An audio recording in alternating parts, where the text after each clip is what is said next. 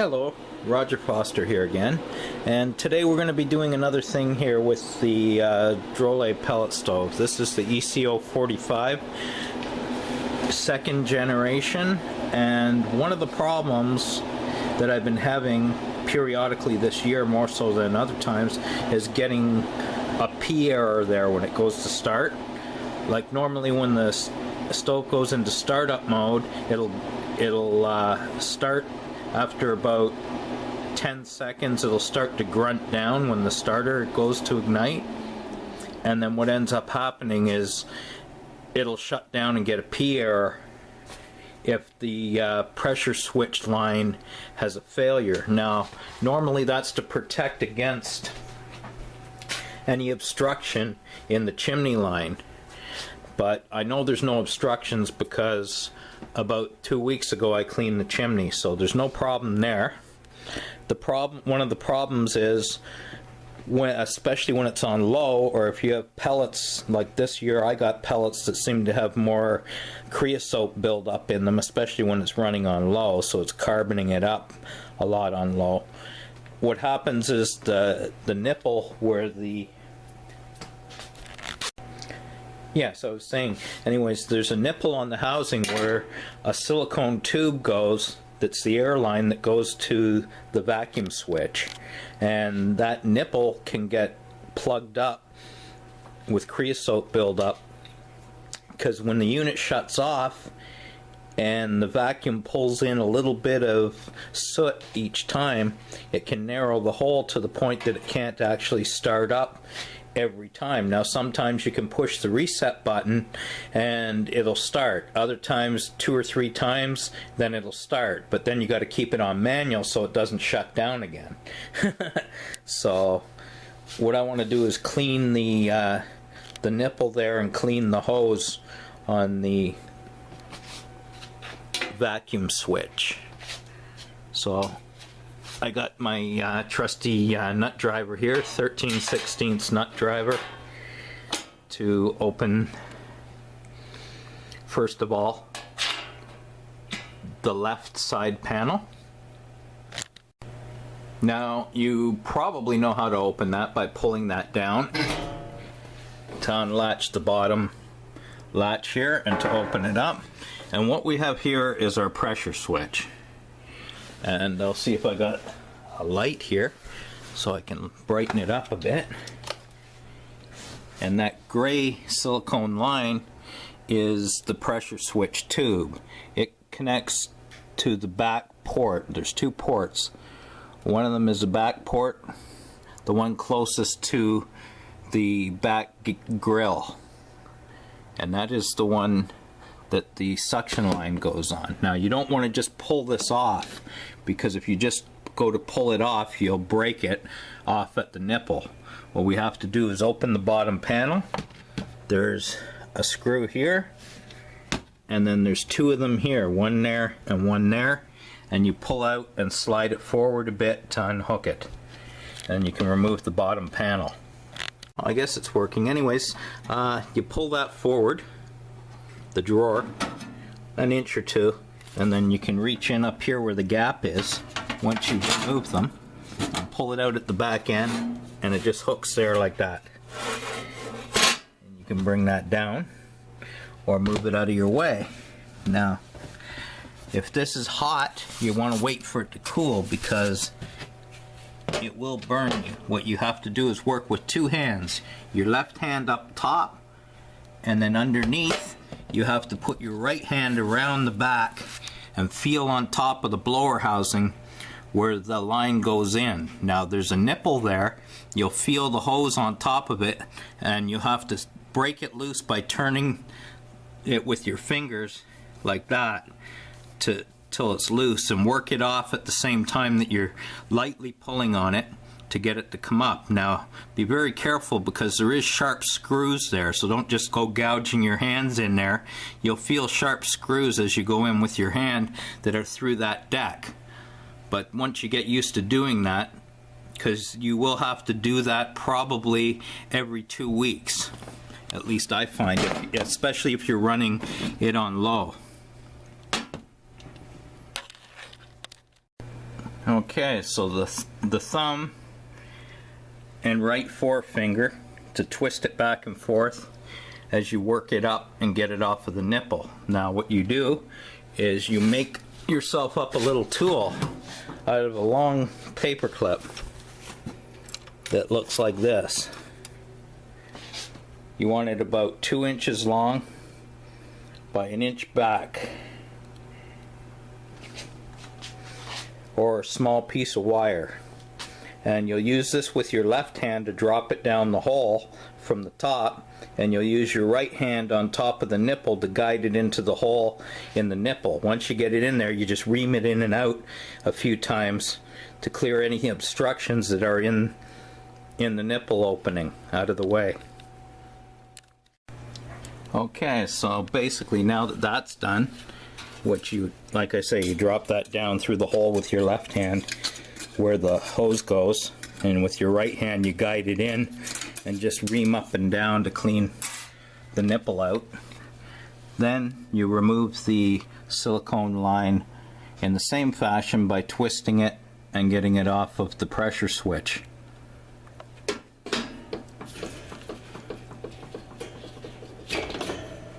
Like that. So now you have that hose, and you can run some water through that hose or blow in it, make sure there's no obstructions or anything in it, make sure it's clean and clear. You don't have to do that every time, but probably once a season you should take the thing off completely and make sure there's nothing obstructing the hose inside, fly ash, particulate, or anything else. Okay, so basically what I do is I just hold the thing in there, turn the water on, make sure it's good and warm, make sure it's flowing out good out of the hose. Just hold it under the end with your hand. It's flowing good, I already made sure, so everything's good there. And just shake the hose out good, dry it off, and then blow through it to make sure that there's no water accumulation in there, and then reinstall the hose. Okay, so again you twist it on and push it on, then drop the hose back down through the hole, and with your left hand on top and your right hand down below underneath on the back side of the blower housing, guide it onto the nipple and twist it on until it's properly seated over the nipple. Alright, once you get that done, you can put your side panel back on, put the screws back in, and check your screen if you have this type of blower. Make sure the screen is clean. If not, vacuum it, get it all cleaned out there. Well, you got the side panel open, and it should work. If it still has that same error, you need to test your pressure switch. And there's two ways to do that.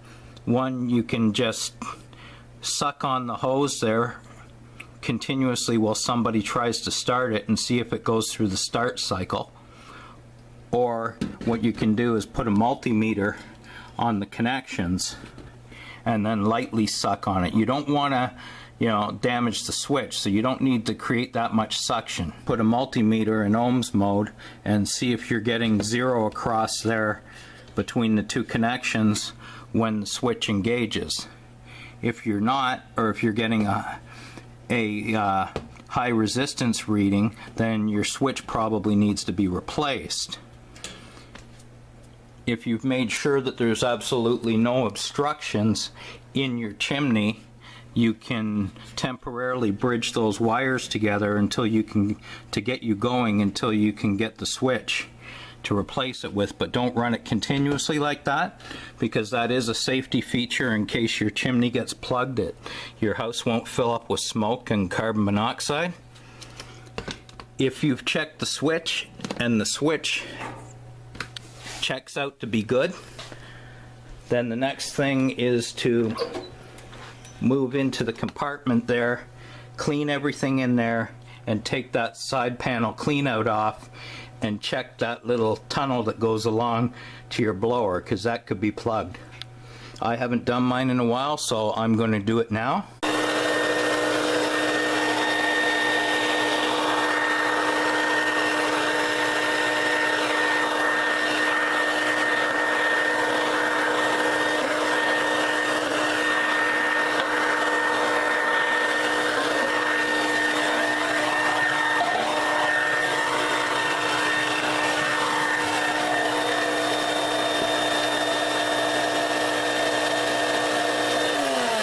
Okay, now this thing has got a proper icon. I don't know if it was recording the last few segments or not. It was making some funny beeping noises, and it was telling me standby, and then I was having a red light, but I wasn't having the numbers and stuff, so I don't know if it recorded the last segment or not. But anyways, we're going to go in and we're going to drop that baffle down. These are my favorite cleaning tools here. The best thing you can use for cleaning up around this thing, you don't want it for vacuuming out all that stuff, but one of these old dirt devils, the old type that blows into the bag, works great. Don't go for the filter type. It'll plug the filter all the time.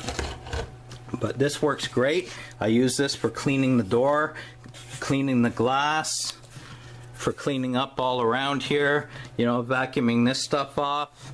It works great for working with. And if you have to get if you're lucky enough, you find these on eBay, these older ones, but the hose kit is a separate kit.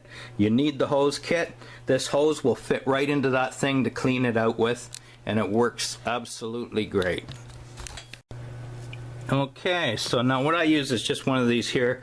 You find them in the mop sections and stuff like that, or dishwashing sections of your grocery store. They're a great brush for brushing the firebox with, for getting in there. You want one of these things here, putty knife or paint scraper or whatever, for cleaning the burn pot out and scraping the burn pot, and about a 2-inch paintbrush for cleaning up in the heat exchanger when you drop that baffle down and getting up in there. They're basically the tools that I use to clean it and maintain it all the time. Works great. Okay, so here we are. Now there's I think 2 on this side and 3 on that side, or 3 on one side, 2 on the other, to get this thing out. Some people, I think on the first generation, they reported that they had Phillips screws and they were rusting off. Man, that's a bugger to get those out. These ones here use the same. I think it's not sure what the heck it is. Yeah, it appears to be a 5/16. I think maybe a 10mm might also work in it. I'm not positive, but yeah, you got to remove these screws to get that panel out. When I put them back in, I don't put them in really tight because they can seize in there. So I just put them in nice and snug, but I don't tighten them right up. That way, like, I normally have to clean in there once a season, mid-season. So after that, everything's usually pretty good. Okay, so there's 3 screws on the right side, 2 screws on the left side, and you'll need to kick the bottom out and move the bottom to the right of the firebox, near the front of the firebox, to get it to be able to lift out. Now, you can see by looking down in there how much ash is accumulated in that thing. Now, I last cleaned that, would have been in the fall. So, it's a mess, like I say. You can see this is all just ash here, accumulation. You want to get all that crap out. Same in here. Clean all in there, clean that. And then even stick the hose of your vacuum. There's a little square hole up in the top there. I don't know if I can see it with this. A little square hole up there you can stick the hose in and try to get stuff. But you want to get all this crap off the walls here. Yeah, it comes off very easy. You should wear an N95 mask if you're going to be creating a dust storm. It's not good to breathe all that crap.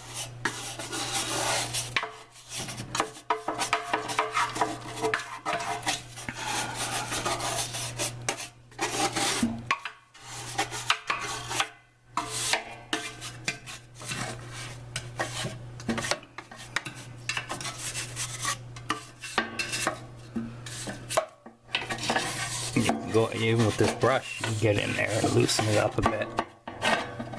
I don't like to push it all the way along, because what I do next is I go in there with the vacuum.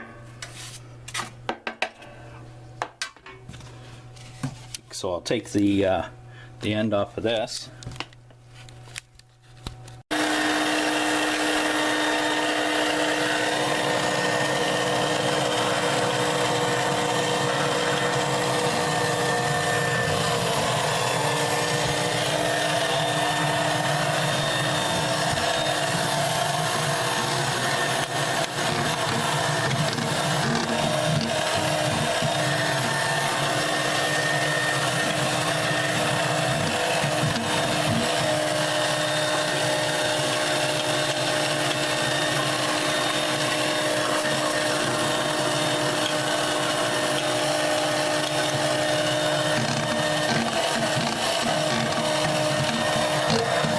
Ram it in as far as I can get it, just back and forth.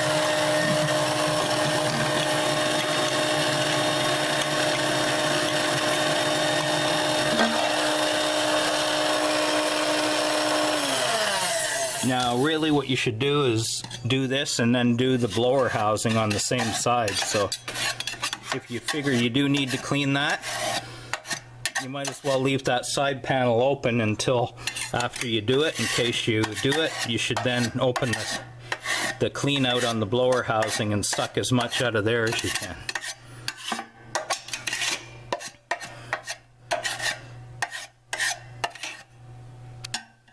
And I just need that out of the way there like that. I'll suck this out with the big vacuum later. Put my panel back on, and that's good to go for another season. Okay, so what you want to do once you get that back in, you put the screws back in hand tight, and then once they're in hand tight, you snug them up. I go with the left side first because the ones on the right are on a slider.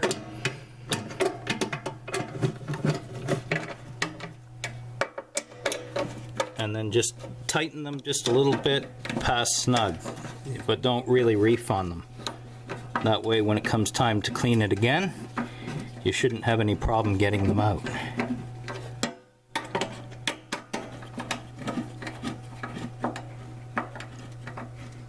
Now don't open the blower housing unless you got a proper gasket to do it. Just take your chance until you get a gasket on hand for it, because if you don't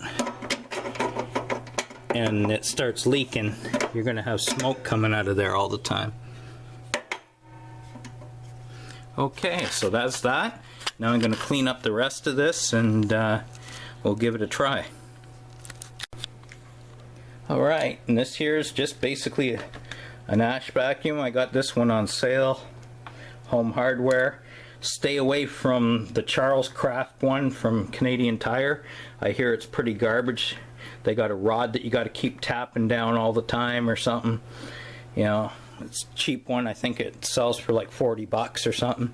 This one here, I think was around $40 on sale, regular around $80 or something. But works good. I haven't had any problems with it. I got this aluminum one. It sucks everything up good. It's noisy, but you're going to get that with one of these type of vacuums.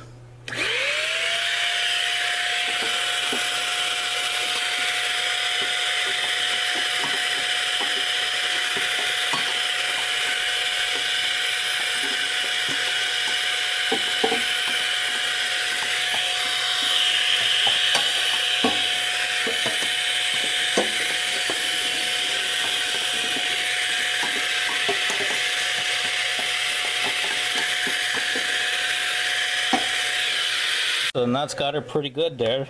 I prefer that than using that damn thing. You use that plug in the drawer, you get all that fly ash up in the back of the stove, and it comes blowing out in the blowers and gets in your fans a lot more. So the ash vacuum is a way to suck it out, is probably your best investment. You're not going to have to clean your screens on the convection blowers as often either. So that's that. Okay, so this is the other clean out, and this one here, actually you should do that after you do the inside clean out that we just did. This way anything that gets pushed in, because it will come along here and then go down, you can do here, but don't open this unless you got a set of gaskets for it, because the gasket will probably disintegrate when you take it off. If you absolutely have to, you could do that, open it and put some high heat silicone around it, but then that creates a mess for the next time you have to open it. You have to scrape it off and do all kinds of cleaning on it and prepare it. So I mean, for the best thing to do is just order a set of gaskets ahead of time, because you'll know you'll have to do that. I do this usually twice a year in here. Usually if I'm very careful and use the scraper, I can salvage the gasket, but if I can't, I usually have a couple on hand anyways. Okay, so this time I wasn't so lucky. Goes to show, you know, when I figure I'm good at it, you know, I end up ruining the gasket. So I do have an extra gasket for putting it together. There really doesn't get a lot of accumulation in there because it's going all the time, but there's enough, I guess, and enough carboning up in there that you should clean it a couple times. Again, I usually just use something like this, that brush, and I just get in there. You can get in there with a small paintbrush and just clean in there wherever you can. You know, I recommend using a mask again. Even though these here gaskets aren't asbestos, it's K-wool, which is bad to breathe when it starts breaking down. So you generally don't want to be doing that stuff without at least an N95 mask on, especially if you're going to be in there really close. So basically all I'm going to do is spin that wheel around, clean it up a bit, and then again this here little dirt devil, that'll down in there and suck most of the stuff up. And basically that's all there is to cleaning the blower housing. Unfortunately, they didn't make it a really good design to clean it. I mean, they should have made it so that the whole piece comes off quite easily, or at least comes off right down to the bottom, so that you could get in there and clean it out.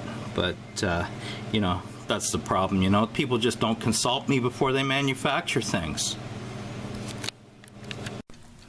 Okay, so I got it all cleaned out there. The vacuum, like I said, the head of this vacuum works good. You can poke it down in there, maneuver it to suck up as much as you can. You can poke it up in the top, you know, clean that all out good. I'm down to my last gasket, so that works out perfect. I'll have to order some more for next year. And I got lots of these that came in the gasket package that you order.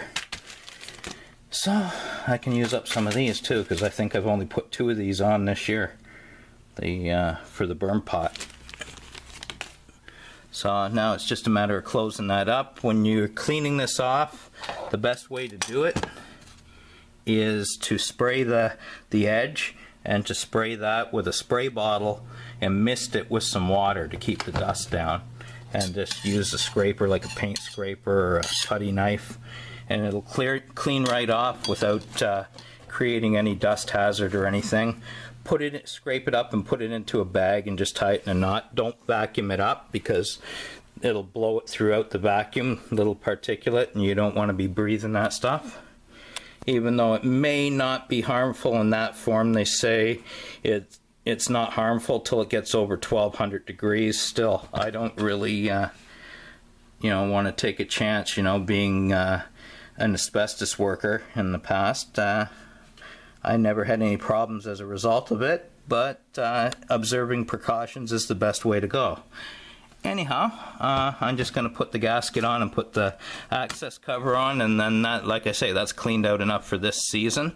This is like the beginning of February, so it's halfway through my heating season, and that'll carry me until next fall.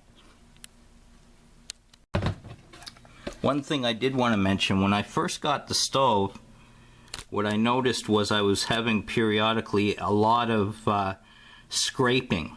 I could hear this impeller scraping on there, and it was hard to get the thing to release because I don't know what size of Allen key it was, but you need a good high quality set of Allen keys that won't bend, and you got to get in there and break that loose and pull that impeller thing there outwards, basically about another 1/8 of an inch to 1/4 of an inch, so it doesn't rub, and then tighten it back up, as tight as you can get it. And I did that a couple years ago. Haven't had any problems with it rubbing since. She's done, and we're going to see if it's going to fire up without any problems.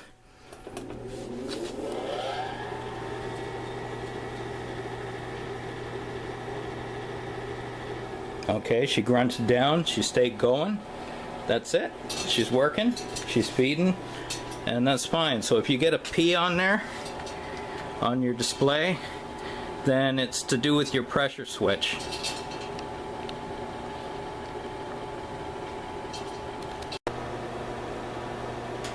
Okay, so that's it. She's doing good. She's all back together, running good.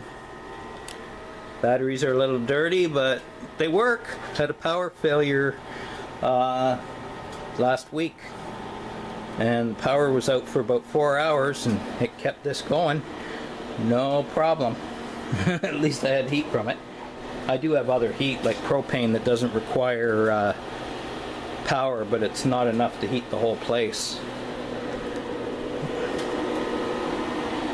But yeah, she's doing good, and like I say, that problem is something that happens with all these, with the P error on there, and 9 times out of 10 it's the narrowing of the nipple in that blower housing with small bits of creosote in there. Just every time it shuts off, it sucks. When the vacuum releases, it sucks a little bit back into the opening, and it's sticky enough to build up each time till the hole gets restricted to the point where it can't hold enough suction to hold the switch out while it starts up. So that's the first thing to check if you're having that error. Till then, I'll talk at you later. Have fun.